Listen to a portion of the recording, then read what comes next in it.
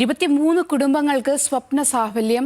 കാസർഗോഡ് ജില്ലയിലെ IT നഗറിലെ 23 കുടുംബങ്ങൾക്ക് പട്ടയമായി. തൃക്കരിപ്പൂർ IT നഗറിലെ 23 കുടുംബങ്ങളുടെ പതിറ്റാണ്ടുകൾ നീണ്ട നിയമ പോരാട്ടം കൂടിയാണ് പട്ടയമേളയിൽ ഫലം കണ്ടത്. കാസർഗോഡ് ജില്ലയിലെ തൃക്കരിപ്പൂർ IT നഗറിലെ 23 കുടുംബങ്ങളുടെ ദീർഘകാലത്തെ സ്വപ്നമാണ് കഴിഞ്ഞ ദിവസം നടന്ന പട്ടയമേളയോടെ യാഥാർത്ഥ്യമായത്. പതിറ്റാണ്ടുകളായി താമസിക്കുന്ന ഭൂമിയുടെ ഉടമസ്ഥാവകാശത്തിനായി കാത്തിരുന്ന ഈ കുടുംബങ്ങൾക്ക് കാഞ്ഞങ്ങാട് ലാൻഡ് ട്രൈബ്യൂണൽ കോടതിയിൽ നടന്ന അവസാന ഹിയറിംഗിന് പിന്നാലെ പട്ടയം കൈമാറി. 2008 പട്ടയത്തിനായി നടത്തിയ പ്രതിഷേധങ്ങളുടെ ഭാഗമായി 6 പേർ ജയിൽവാസം അനുഭവിച്ച ഭൂമി പ്രശ്നത്തിൽ തൃക്കരിപ്പൂർ MLA M രാജഗോപാലിന്റെ ഇടപെടലുകൾ പരിഹാരത്തിന് വേഗം കൂട്ടി.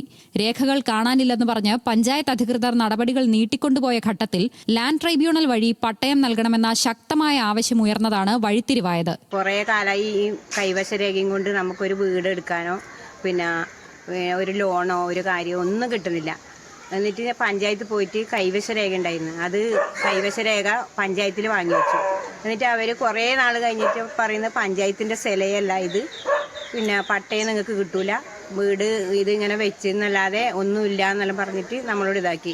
നവകേരള സദസ്സിൽ CPIM IT ഈസ്റ്റ് ബ്രാഞ്ച് മുഖ്യമന്ത്രിക്ക് നൽകിയ നിവേദനവും തുടർന്ന് 2024 ഒക്ടോബറിൽ തൃക്കരിപ്പൂർ നോർത്ത് വില്ലേജ് ഓഫീസിൽ നടന്ന അദാലത്തിൽ ജില്ലാ കളക്ടർക്ക് നൽകിയ പരാതിയും നടപടികൾ വേഗത്തിലാക്കി. പഞ്ചായത്തിന്റെ കൈവശം ഭൂമിയുടെ രേഖകളില്ലെങ്കിൽ ലാൻഡ് ട്രൈബ്യൂണൽ പട്ടയം അനുവദിക്കണമെന്ന ജില്ലാ കളക്ടറുടെ കർശന നിർദ്ദേശമാണ് നടപടിക്രമങ്ങൾ പൂർത്തിയാക്കാൻ സഹായിച്ചത്.